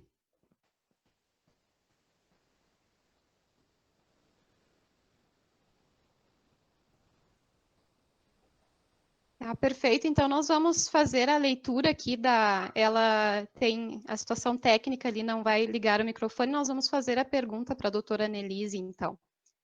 Ela nos encaminhou o seguinte, doutora, boa tarde, né, lhe cumprimenta, ela lhe envia os cumprimentos de Cuiabá, então, que é a cidade dela. Na pesquisa que desenvolvi no mestrado, tratei do caso das PCHs na bacia do Alto Paraguai, onde o Pantanal está inserido. Acabei acompanhando o processo para o caso, com ajuizamento de ACP, Ministério Público e Ministério Público Federal, que, entre outros, pede a realização da AE, para racionalizar a situação para sua expressão. Achei interessante a experiência do Rio Grande do Sul em relação à jurisprudência trazida para os casos semelhantes. Minha pergunta, finalmente, para poder ouvi-la um pouco mais, é em relação à disposição expressa de determinados instrumentos, como a AE, puxando a sua fala agora, após o professor Adir.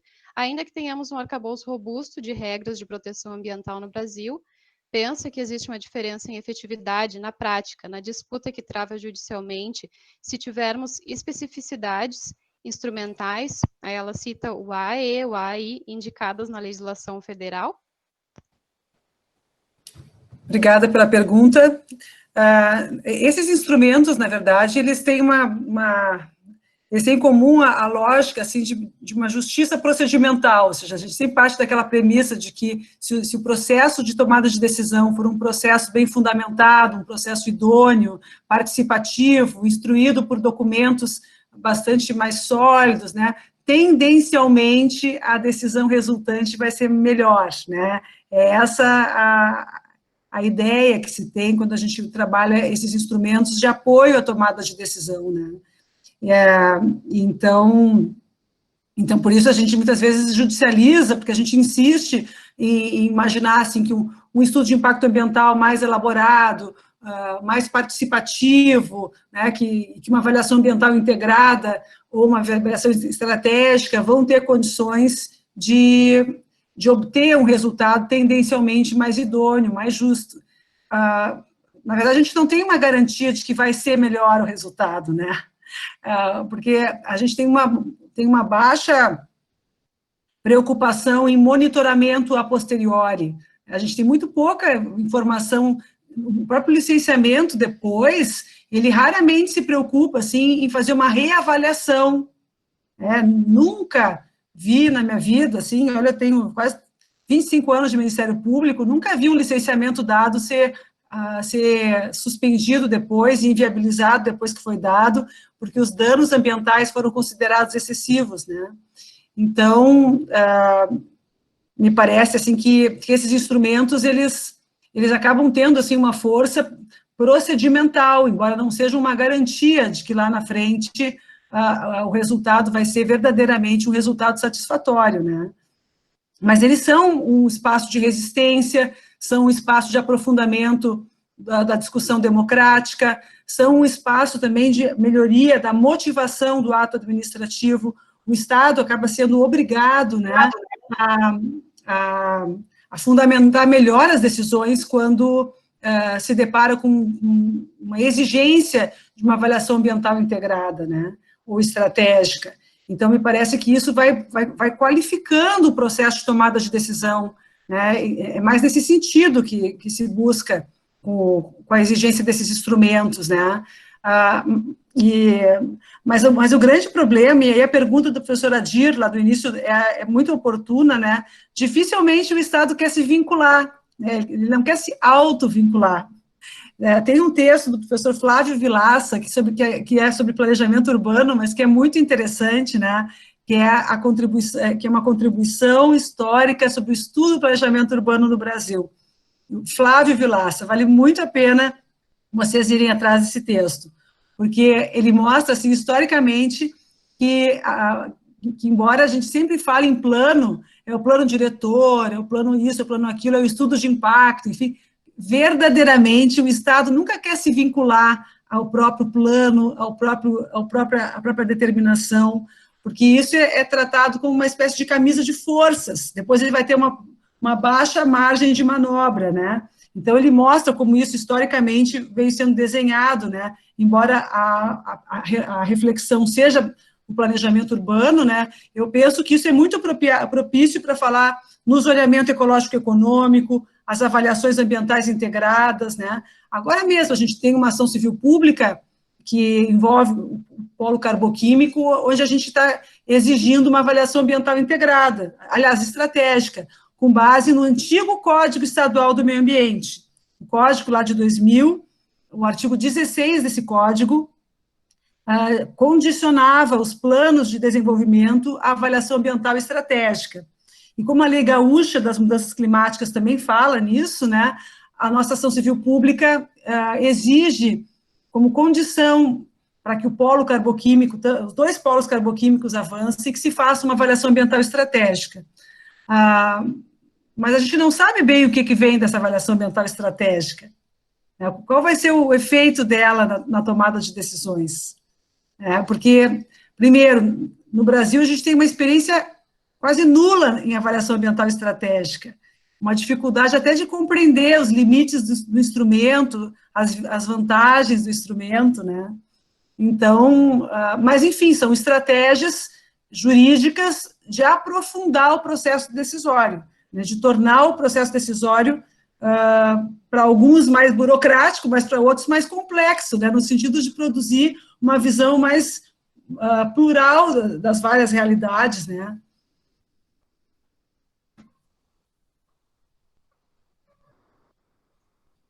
Tá certo. Obrigada, doutora, pela resposta.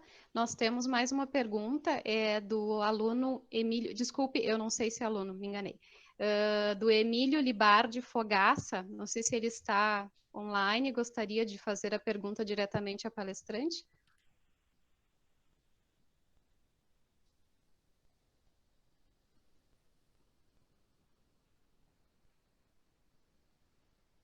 Emílio, tu nos acompanha ainda?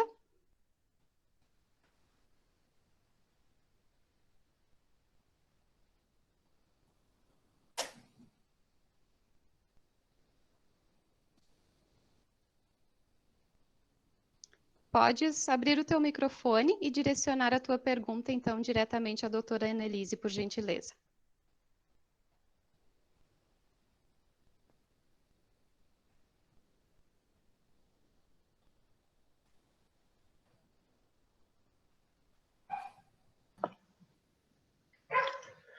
Boa noite. Desculpe a demora, eu não estava conseguindo abrir o microfone. Eu queria saber qual a posição da senhora sobre o uso do fogo na renovação de pastagem, possibilitando a criação de animais em campo nativo. Se essa prática a senhora considera adequada ou se seria alguma que pudesse substituí-la? Certo, sim. Eu tô bem desatualizada em relação a esse assunto, sabe? Quando eu trabalhei em Caxias do Sul, lá em 98, por ali, eu me lembro que esse assunto era horrivelmente difícil em Caxias, porque se tinha, assim, uma utilização muito ampla do fogo nas propriedades, como prática de limpeza do solo, né? E, na época, a nossa posição era contrária a isso, né? Se tem a Constituição do Estado do Rio Grande do Sul que proíbe, né, não se tinha muito mecanismos de controle, né, eu lembro que era uma discussão, assim, inflamada, né, assim, já fui até vaiada por conta disso, na época que eu trabalhava em Caxias, né, então é um problema muito sério, mas eu posso estar muito desatualizada realmente a isso. Me parece que a tua pergunta, Emílio, é bem técnica, né, tem uma lei federal que, de certa forma, permite a queima controlada, né, mas eu não sei te dizer quais são os requisitos técnicos que têm que ser empregados para essa queima controlada.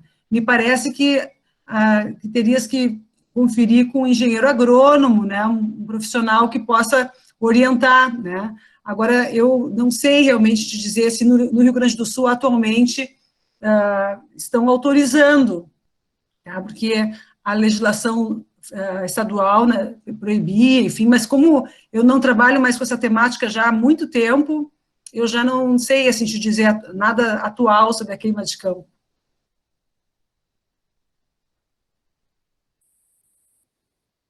Certo, obrigada, doutora Annelise, e ao Emílio também pela pergunta. Eu gostaria de passar a palavra agora ao professor doutor Clóvis Eduardo da Silveira, que tem algumas considerações. Obrigado, Sandrine.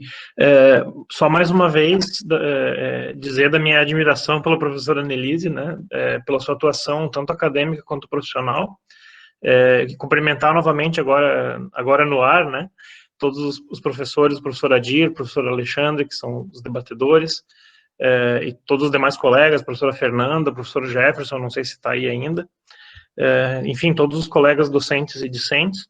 Eu tenho um comentário e uma pergunta sobre dois assuntos diferentes, professora, bem breves os dois, tá? O comentário que eu fiquei muito feliz de ouvir na sua fala, a questão da tragédia dos comuns e a questão e a referência aos bens comuns ambientais, né? Especialmente vindo de ti, porque eu sei que quando esse tipo de discussão acadêmica chega a esses lugares, como o Ministério Público, né? Isso acaba se tornando essas discussões acabam se estabelecendo e a gente tem, enfim, abre um campo de ações muito grande a partir daí, né? Me parece que o trabalho da Elinor Ostrom, um trabalho antropológico, discutindo a tragédia dos comuns de Harding, mostrou que o comum, que a tragédia do comum em Harding, na verdade, se deve justamente ao fato de que aqueles recursos, no exemplo de Harding, não são recursos comuns. Não são recursos comuns porque eles são apropriados individualmente por indivíduos que não se veem enquanto coletividade, né? E o estudo antropológico nas comunidades mostra que um recurso comum ele não é comum apenas quando ele é digamos assim, tratado formalmente, né, positivado de alguma maneira, enquanto comum, e ele sim é comum quando existe uma coletividade em torno daquele recurso, que entende aquele recurso como um recurso partilhado, né? Então, eu acho que isso dá muita, essa pesquisa dá muita margem para nós discutirmos não apenas a proteção das comunidades tradicionais, né, que já tem um modo de vida sustentável, vamos dizer assim, mas também para repensar as nossas instituições nesse sentido, né? Em que medida, através desses mecanismos, como o zoneamento, como avaliações e planos estratégicos, o licenciamento ambiental, etc., são formas de a sociedade entender aquele recurso, não como um recurso público do Estado, mas como um recurso público da sociedade, e que precisa ser gerido em nosso próprio benefício, né? E não visto apenas como um entrave. Então, esse é só um comentário, desculpa, me alonguei um pouco, porque eu gosto do assunto, né? Mas eu queria ouvir sua opinião sobre aquele conflito, essa discussão que existe sobre as áreas consolidadas em face da lei da Mata Atlântica, né? Se puder comentar um pouquinho melhor essa questão, como é que faz, se aplica os artigos lá, se não me engano, 61 A, B e C, né, do Código Florestal, quando se trata de áreas protegidas de vegetação primária, por exemplo, de Mata Atlântica, tá? E só mais um pedido, queria que tu nos autorizasse, se possível, né, a divulgar essa palestra nas redes, né? Eu peço essa autorização online para a gente não precisar enviar um protocolo para principalmente para os nossos discentes, tá? Muito obrigado. Claro, já está autorizada, Clóvis. Esse caso da Mata Atlântica e do Código Florestal, assim, ele surgiu em virtude de uma decisão do ministro Salles. Estou tentando achar que a decisão foi da semana retrasada, assim, tem uns 15 dias, mais ou menos na semana que teve aquele escândalo lá, onde ele era uma decisão anulando autos de infração baseados na lei da Mata Atlântica e mandando aplicar o Código Florestal em relação às áreas rurais consolidadas, as áreas de preservação permanente, né, e consequentemente, então, afastando a lei da Mata Atlântica, porque na Mata Atlântica, né, normalmente se tem o entendimento de não usar a escadinha, tá? Porque o ponto cruel lá é o artigo 61A, que é aquele que permite a escadinha, né, de acordo com o módulo fiscal de cada município. Então, o que ele decidiu ali? Aplicar o Código Florestal e não a lei da Mata Atlântica. O Ministério Federal ingressou com uma ação civil pública já contra aquela determinação, né? E, na verdade, o que alega o Ministério Federal? O princípio da especialidade. Então, se nós temos um bioma Mata Atlântica, se aplicaria a lei da Mata Atlântica. Mas esse assunto é muito mais polêmico, né? Eu não sou uma especialista no assunto, mas eu tive a oportunidade de assistir a semana passada também, assim, uma live com o Gustavo Trindade, né, que tem estudado bastante a questão da flora, enfim, onde ele colocou uns argumentos até muito interessantes em relação à necessidade de se ter uma coerência, assim, em relação a regime. O regime geral da flora seria o Código Florestal, né, e ali as grandes categorias, como reserva legal, áreas de preservação, então, as grandes categorias relacionadas ao uso da flora em geral, né, então, como é que vai ser quando for APP, quando for reserva legal, assim, as grandes categorias, e a Mata Atlântica, que teria que se acomodar, então, dentro dessas categorias, né, E, em sentido contrário, Paulo de Bessa Antunes, defendendo o princípio da especialidade, né, destacando da necessidade de, na região de Mata Atlântica, afastar o Código Florestal, porque seria uma lei mais protetiva, uma lei mais garantidora, né, da rigidez da Mata Atlântica. Né, e agora, com essa ação que vai tramitar no Supremo Tribunal Federal, né, a gente vai acabar tendo uma decisão a respeito disso. Os argumentos técnicos a favor da Mata Atlântica são muito importantes a gente também ter presente, né, porque a região toda do Sudeste ali, ela está completamente destruída, né, então, se aplicar ali o Código Florestal, vai anistiar de vez, vai acabar de vez com a necessidade de restauração de Mata Atlântica.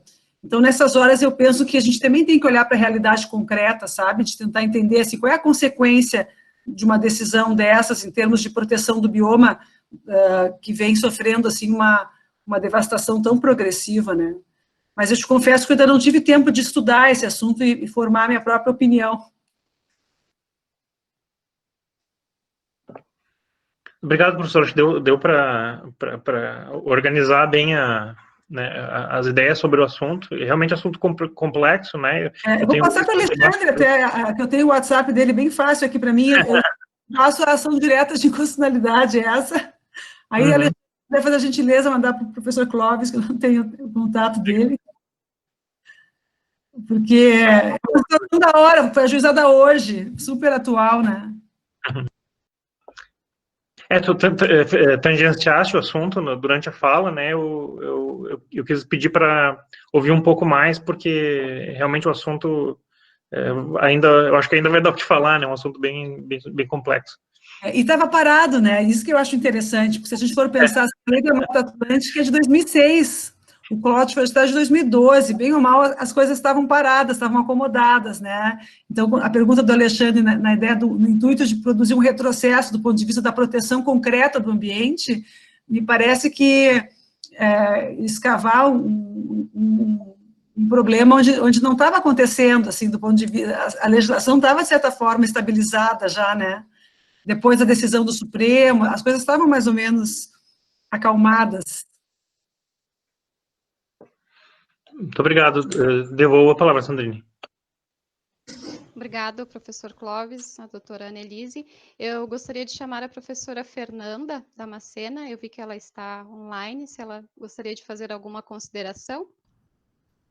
A professora Fernanda é nossa professora aqui no programa de pós-graduação em Direito, vem trabalhando a disciplina de Direito dos Desastres. Boa noite a todos, Annelise, debatedores, colegas, todo mundo que está online.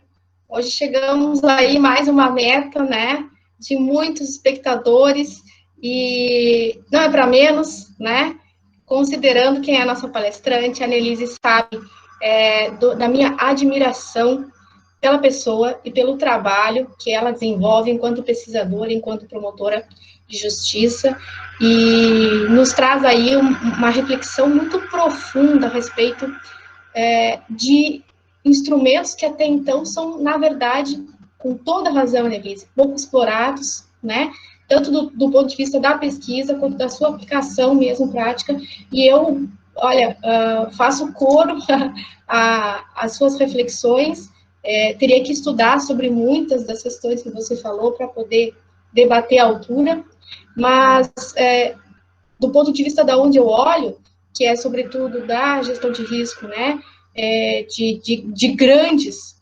acontecimentos, como a gente tem visto aí, como as inundações, enfim, por exemplo, e até as secas, e também no ponto de vista da mudança climática, me parece que a tua observação, ela é absolutamente atual, e eu não sabia que você estava fazendo o doutorado exatamente nesse ponto, e aguardo com muita ansiedade para poder ler as tuas reflexões, porque eu tenho certeza que elas vão ser muito contributivas para todo esse momento que nós vivemos, e eu acho que ainda nós vamos viver, né? Não se trata de ser catastrofista ou ver as coisas apenas pelo lado negativo, mas nós precisamos, como bem coloca o professor Alexandre aqui, nós precisamos reconhecer que o momento é complexo. e que há prognósticos de que ele não melhore do ponto de vista científico, falando, por exemplo, do problema climático. Se nós não tomarmos alguma providência, nós vamos, infelizmente, contar números vamos contar perdas, danos humanos, ecossistêmicos, né? E, enfim, queria só te parabenizar e pela fala que foi excelente, maravilhosa, e agradecer por tu estares conosco, né? Aqui na UFS. Dizer que é sempre muito bom te ouvir, tá bom? Parabenizar também os debatedores, né? E agradecer sempre aos nossos queridos alunos que auxiliam na organização desse evento, que está sendo tão bem sucedido aí, né? Abraço aos colegas também do DAC, ao professor Adir, né? Enfim, seguimos nessa reflexão em busca de um ambiente ecologicamente equilibrado, né? Obrigada, Nelise. Eu que agradeço, Fernanda. Muito obrigada mesmo por ter me convidado. Eu fiquei muito feliz de estar com vocês hoje. Que a gente possa repetir presencialmente, assim, em breve. Então, em razão do adiantado da hora, nós vamos nos encaminhando para as mensagens finais. Lembramos a todos que amanhã, dia 5 de junho, às 10 horas, teremos a palestra da doutora Norma Sueli Padilha com o tema Meio Ambiente, Trabalho e Sustentabilidade na Pandemia do Covid-19. Todos estão convidados. Também gostaríamos de convidá-los para o 4º Encontro Nacional de Pesquisadores em Direito Ambiental e Desenvolvimento Sustentável, nos dias 28, 29 e 30 de outubro de 2020.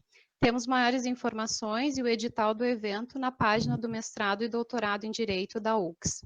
Gostaríamos de finalizar este evento agradecendo mais uma vez a presença de todos, em especial da palestrante, doutora Annelise Monteiro Steigleder, que é promotora de justiça no estado do Rio Grande do Sul, doutoranda no programa de pós-graduação em planejamento urbano da Universidade Federal do Rio Grande do Sul, que tem uma vasta atuação aí nas questões ambientais e muito nos